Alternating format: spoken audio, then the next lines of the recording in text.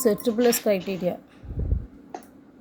So ஓகேடா, இப்போது triple S க்ரைட்டீரியாவில் ஃபர்ஸ்ட் ஸ்டெப் என்னென்னா, ட்ரிபிள் எஸ் 3 சைட்ஸ் வந்து கான்க்ருவெண்ட்டாக இருக்கும்போது 3 ஆங்கிள்ஸ் அண்ட் வந்து 3 ஆங்கிள்ஸ் ஈக்குவல்னு சொல்லி 2 ட்ரையாங்கிள்ஸ் ஆர் சிமிலர்னு சொல்லணும். அதாவது எல்லா ஆங்கிள்ஸும் corresponding angles are equal and அந்த 2 ட்ரையாங்கிள்ஸ் ஆர் சிமிலர்னு சொல்லணும். அதுக்கு நம்ம கன்ஸ்ட்ரக்ட் பண்ணுறோம். என்ன கன்ஸ்ட்ரக்ட் பண்ணுறோன்னா, பிக்யூ அப்படின்ற 2 பாயிண்ட்டை ட்ரா பண்ணுறோம். இதில் இருந்துன்னா டிஇ டிஎஃப் 2 சைட்லேயும் டிஎன்இ வந்து எழுதுகிறோம். பிஎன்கியூ ட்ரா பண்ணுறோம். டிபி வந்து ஏபிக்கு ஈக்குவலாகவும் ஏசி வந்து டிக்யூக்கு ஈக்குவலாக இருக்கிற மாதிரி ட்ரா பண்ணுறோம். தென் பிக்யூவை ஜாயின் பண்ணுறோம். ஜஸ்ட் இப்போ என்ன சொல்ல போகிறோம் அப்படின்னா, இந்த பிக்யூ இந்த பெரிய ட்ரையாங்கிள் ட்ரா பண்ணியிருக்கோம். இந்த பெரிய ட்ரையாங்கிளில் பிக்யூ வந்து இஎஃப்க்கு பேரலாக இருக்குன்னு சொல்ல போகிறோம். தென் இந்த பிசி ஈக்குவல் டு பிக்யூன்னு சொல்ல போகிறோம். இதுதான் ஃபஸ்ட்டு ஸ்டெப்பு.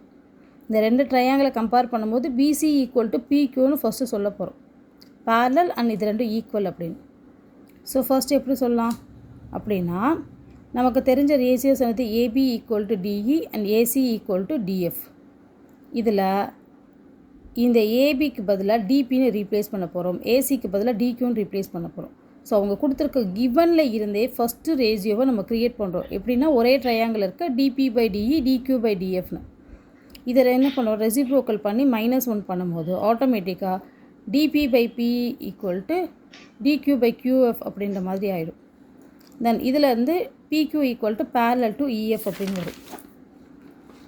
நெக்ஸ்ட் என்ன பண்ண போகிறோம்னா, 2 பேரலாக இருந்துச்சுன்னா ஆட்டோமேட்டிக்காக என்ன ஆகும்னா, angle B equal to angle E, angle Q equal to angle F. ஏன்னா 2 பேரலல் அண்ட் ஒரு டிரான்ஸ்வர்சல் கட் பண்ணும்போது கரஸ்பாண்டிங் ஆங்கிள்ஸ் ஆர் ஈக்குவல்.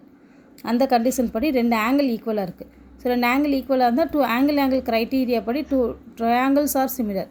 அதாவது இந்த குட்டி ட்ரையாங்கிளும் இந்த பெரிய ட்ரையாங்கிளும் வந்து என்ன ஆகும், சிமிலராக இருக்கும்னு சொல்கிறாங்க.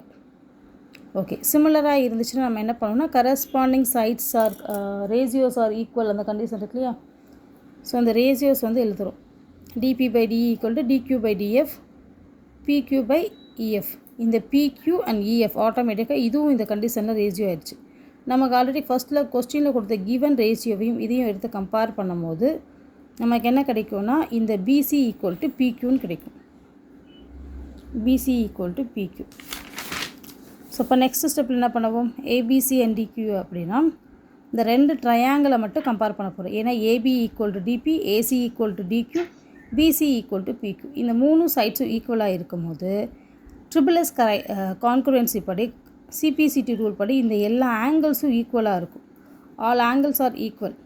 ஸோ எல்லா ஆங்கிள்ஸும் ஈக்குவலாக இருந்துச்சுன்னா நெக்ஸ்ட் என்ன பண்ண போகிறோம்னா, கம்பேரிசன் பண்ண போகிறோம். ஏன்னா ஆங்கிள் பி ஆல்ரெடி ஆங்கிள் ஈயோட ஈக்குவலாக இருக்குது, ஆங்கிள் கியூ ஆங்கிள் எஃபோட ஈக்குவலாக இருக்குது. இப்போ இப்படி ஈக்குவலாக இருக்கிறனால angle E equal to angle B, angle C equal to angle F. இப்போ ஆங்கிள் ஈக்குவலாக இருக்குது. ஸோ இப்போ ஆட்டோமேட்டிக்காக ஆங்கிள் ஏவும் டியுமே ஈக்குவலாக இருக்கும். இப்போ டபுள் ஏ சிமிலாரிட்டி படினாலும் சரி ஓகே, ட்ரிபிள் ஏ சிமிலாரிட்டினாலும் ஓகே, 2 ட்ரையாங்கிள்ஸ் ஆர் சிமிலர் அப்படின்னு சொல்லிடலாம்.